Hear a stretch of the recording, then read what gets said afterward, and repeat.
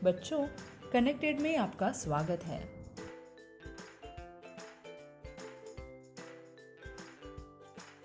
बच्चों, आज हम बहुत ही मज़ेदार विषय पढ़ने जा रहे हैं जिसका शीर्षक है आधारभूत ज्यामितीय अवधारणाएं। जैसे कि आपने एक कहावत सुनी होगी कि बूंद बूंद से सागर बनता है, वैसे ही एक एक बिंदु से रेखा और रेखाओं से ज्यामितीय आकार बनते हैं।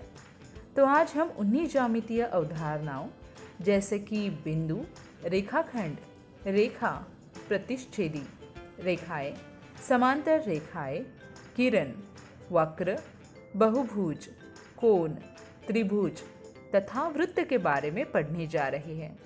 आइए शुरू करते हैं।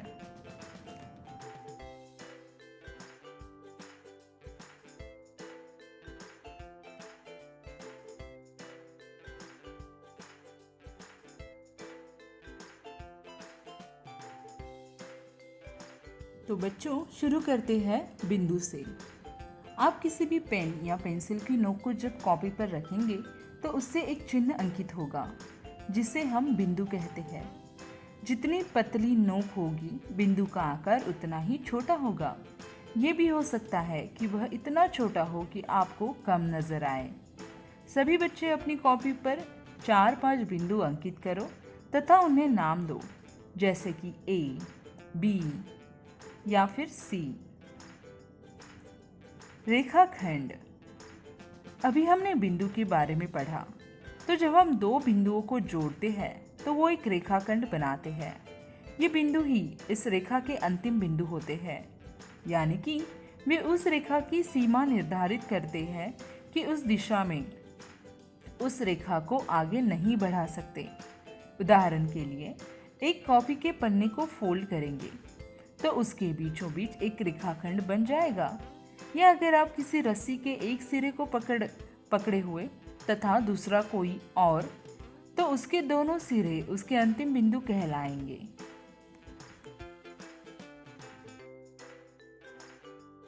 आइए और जानते हैं। रेखा। जैसा कि हमने पढ़ा कि रेखाखंड के बिंदु निर्धारित होते हैं, लेकिन जब रेखाखंड के दोनों सिरों को अनिश्चित रूप से विस्तृत किया जाता है तो उसे रेखा कहते हैं। रेखा बनाने के लिए 2 बिंदु कम से कम चाहिए तथा ज़्यादा से ज़्यादा कितने भी हो सकते हैं। यह रेखाएं 2 प्रकार की होती है, प्रतिच्छेदी रेखा तथा समांतर रेखा।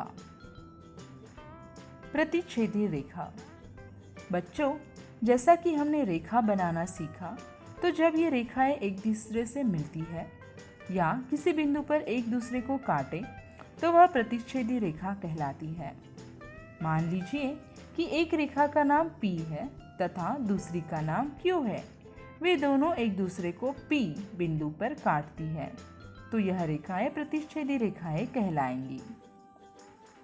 समांतर रेखाएं। यह रेखाएं प्रतिच्छेदी रेखाओं के बिल्कुल विपरीत होती है। यह वह रेखाएं होती है जो साथ चलेंगी पर कभी नहीं मिलेंगी। उदाहरण के लिए, रेल की पटरियां, रूलर के 2 सम्मुख किनारे, चकोर के आमने सामने की साइड्स इत्यादि। किरण। बच्चों, किरण से आपको क्या समझते हैं? हाँ, तो बच्चों, सूरज की किरण, किसी भी लाइट की किरण हम आसपास देखते हैं। किरण रेखा का एक प्रकार है जिसमें रेखा एक बिंदु से शुरू होती है तथा इसकी कोई अंतिम बिंदु निर्धारित नहीं होती है, यानी कि किसी भी रेखा का एक सिरे का बिंदु ही निर्धारित होता है जबकि दूसरे सिरे का नहीं।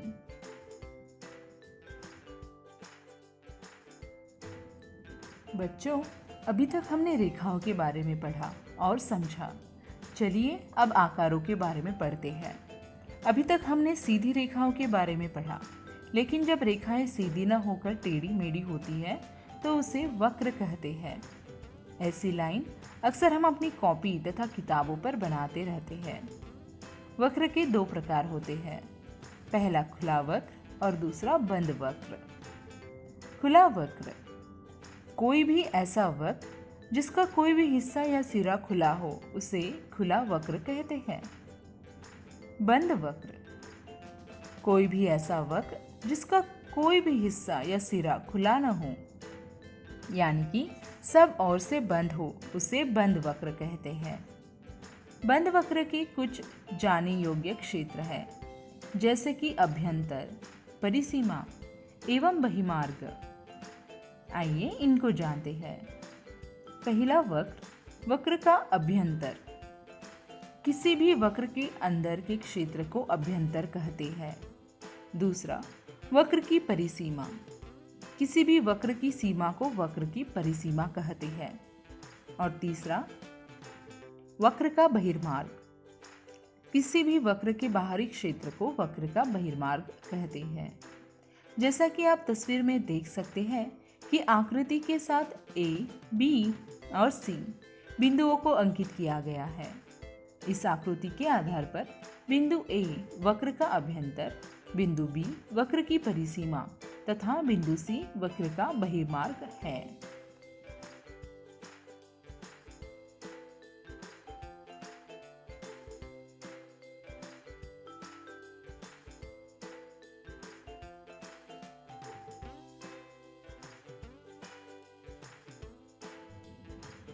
आइए बच्चों आगे बढ़ते हैं और नए विषयों के बारे में पढ़ते हैं। अब हम बहुभुज के बारे में पढ़ने जा रहे हैं। जब किसी भी बंद आकृति को केवल रेखाखंडों से बनाया जाता है तो उसे बहुभुज कहते हैं। बहुभुज के अनेक उदाहरण हैं, जैसे कि त्रिभुज, चकोर, पतंग इत्यादि। बहुभुज के कुछ भाग होते हैं। भुजाएं। बहुभुज की रेखाखंडों को भुजाएं कहते हैं। जब दो भुजाएं एक बिंदु से जुड़ी होती है तो उन्हें आसन्न भुजाएं कहते हैं। शीर्ष। बहुभुज के दो रेखाखंड जब एक बिंदु पर मिलते हैं तो उसे बिंदु को शीर्ष कहते हैं। बहुभुज की एक ही भुजा के दो अंतिम बिंदु आसन्न शीर्ष कहलाते हैं। विकर्ण। जब दो शीर्ष जो आसन्न नहीं होते उन्हें जोड़ा जाए तो उनसे बने रेखाखंड को विकर्ण कहते हैं। चलिए इसे उदाहरण से समझाते हैं। जैसे कि एक चकोर जिसका नाम ABCD है, इसमें भुजाएं हैं AB, BC, CD और DA एवं आसन्न भुजाएं हैं AB, BC, BC, CD, CD, DA तथा DA, AB। शीर्ष है A, B, C और D एवं आसन्न शीर्ष है A, B, B, C, C, D और D, A। विकर्ण है A, C और B, D। आइए बच्चों अगला विषय पढ़ते हैं, जो है कोण। यह बहुत ही आसान है। जैसा कि अभी हमने रेखाखंडों के एक बिंदु पर जुड़ने को देखा, वही बात यहाँ भी है। जब दो किरणें एक बिंदु पर मिलती है तो उनके बीच एक कोण बनता है। उदाहरण के लिए दो रेखाखंडों का नाम है OP और OQ, तो इनके बीच का कोण होगा POQ। OP और OQ इसकी भुजाएं हैं, जबकि O इनका शीर्ष है।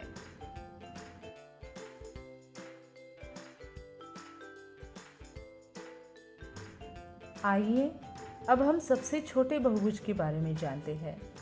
जी हाँ, सबसे छोटा बहुभुज होता है त्रिभुज।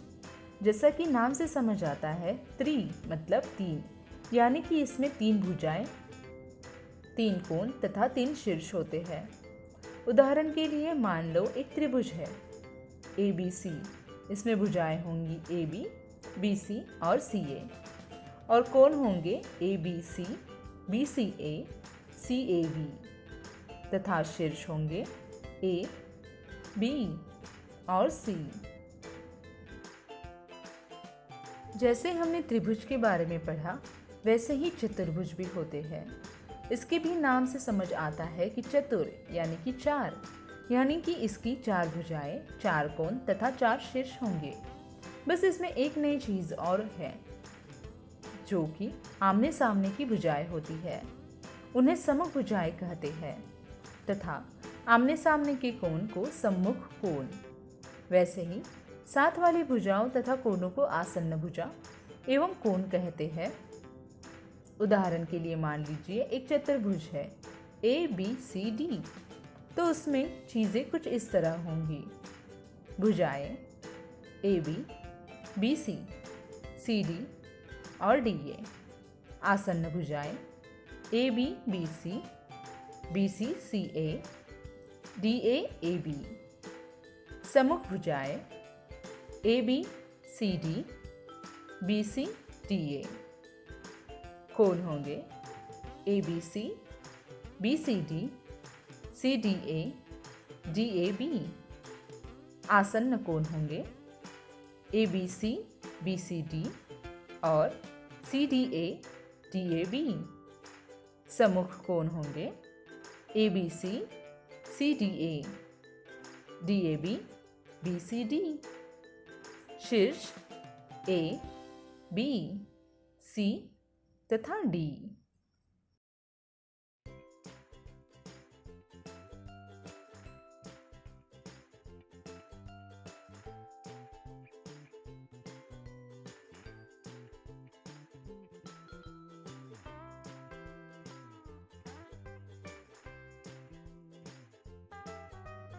आइए अब एक नए और रोमांचक विषय पर बात करते हैं, जो कि है व्रत।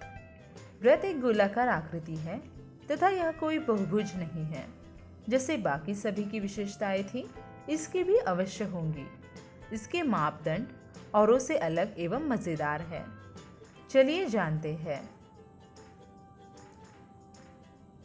हनी सर से पूछता है, सर मैं भी एक व्रत का उदाहरण दूं? सर बोलते हैं, हाँ। हनी बोलता है, सर बिल्कुल सामने है आपके, बनी का चेहरा। बनी बोलता है, मेरा चेहरा नहीं, पेट गोल है। सबसे पहले देखते हैं त्रिज्या। त्रिज्या वृत्त की वह रेखाखंड है जो वृत्त परिसीमा के एक बिंदु से वृत्त के केंद्र बिंदु तक जोड़ी होती है। व्यास जैसे कि त्रिज्या में परिसीमा के एक बिंदु से केंद्र के बिंदु तक का रेखाखंड होता है। जब उस रेखाखंड को केंद्र बिंदु से बढ़ाकर वृत्त की परिसीमा के दूसरे बिंदु से जोड़ा जाता है, उसे व्यास कहते हैं। जीवा वृत्त पर स्थित किन्हीं दो बिंदुओं को मिलाने वाला रेखाखंड, उसे वृत्त की जीवा कहलाती है। त्रिज्यखंड वृत्त का वह क्षेत्र जो त्रिज्या तथा संगत चाप से घिरकर बना हो, उसे त्रिज्यखंड कहते हैं। वृत्तखंड वृत्त का वह क्षेत्र जो एक जीवा तथा संगत चाप से घिरकर बना हो, उसे वृत्तखंड कहते हैं। परिधि पूरे वृत्त की परिसीमा का माप परिधि कहलाता है। आसान भाषा में जब आप किसी गोले का एक चक्कर पूरा करो तो जो उसका माप होगा वही वृत्त की परिधि कहलाता है। अर्धवृत्त आधा वृत्त यानी कि जब वृत्त को व्यास द्वारा दो बराबर हिस्सों में बांटा जाए तो उसे अर्धवृत्त कहते हैं। उदाहरण के लिए एक वृत्त लेते हैं जिसका केंद्र O और उसकी परिसीमा पर एक बिंदु है P। तो जब O तथा P को जोड़ेंगे तो वह त्रिज्या बन जाएगा OP। इसी प्रकार जब P केंद्र को O से गुजरते हुए दूसरी ओर परिसीमा पर बिंदु Q से जोड़ेगा तो उसे व्यास कहेंगे। वही दूसरी ओर परिसीमा पर दो बिंदु S तथा T को जोड़ेंगे तो वह जीवा बनाएगा।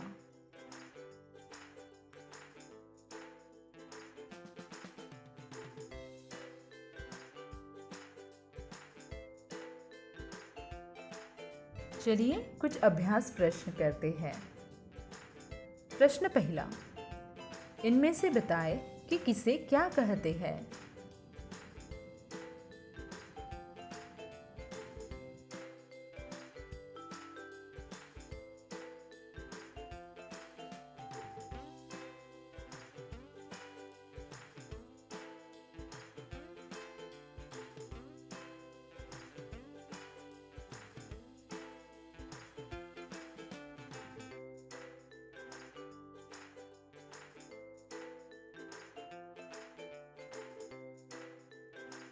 इस प्रश्न का उत्तर है रेखा, रेखाखंड, किरण, समांतर रेखा, प्रतिच्छेदी रेखा।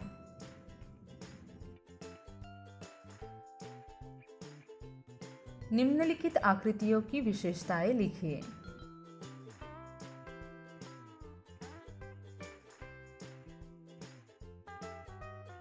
निम्नलिखित आकृतियों की विशेषताएं लिखिए। इसका उत्तर है पहला बहुभुज है त्रिभुज। उसकी भुजाएं AB, BC और CA। कोण ABC, BCA, CAB। शीर्ष A, B और C। और त्रिभुज की कोई सम्मुख भुजाएं नहीं होती हैं। अगला बहुभुज है चतुर्भुज। चतुर्भुज PQRS। इसकी भुजाएं हैं PQ, QR, RS और SP। चतुर्भुज के कोण हैं PQR, QRS, RSP, SPQ और शीर्ष है P, Q, R और S। सममुख भुजाएं हैं PQ, SR और QR, PS।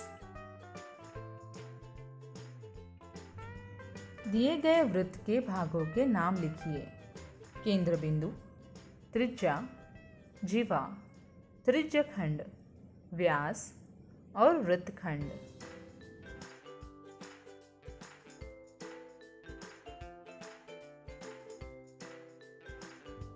उत्तर दिए गए वृत्त के भागों के नाम इस प्रकार। केंद्र बिंदु O, त्रिज्या OA, OB, जीवा CD, BC, त्रिज्यखंड AOB, व्यास BC, वृत्तखंड CD।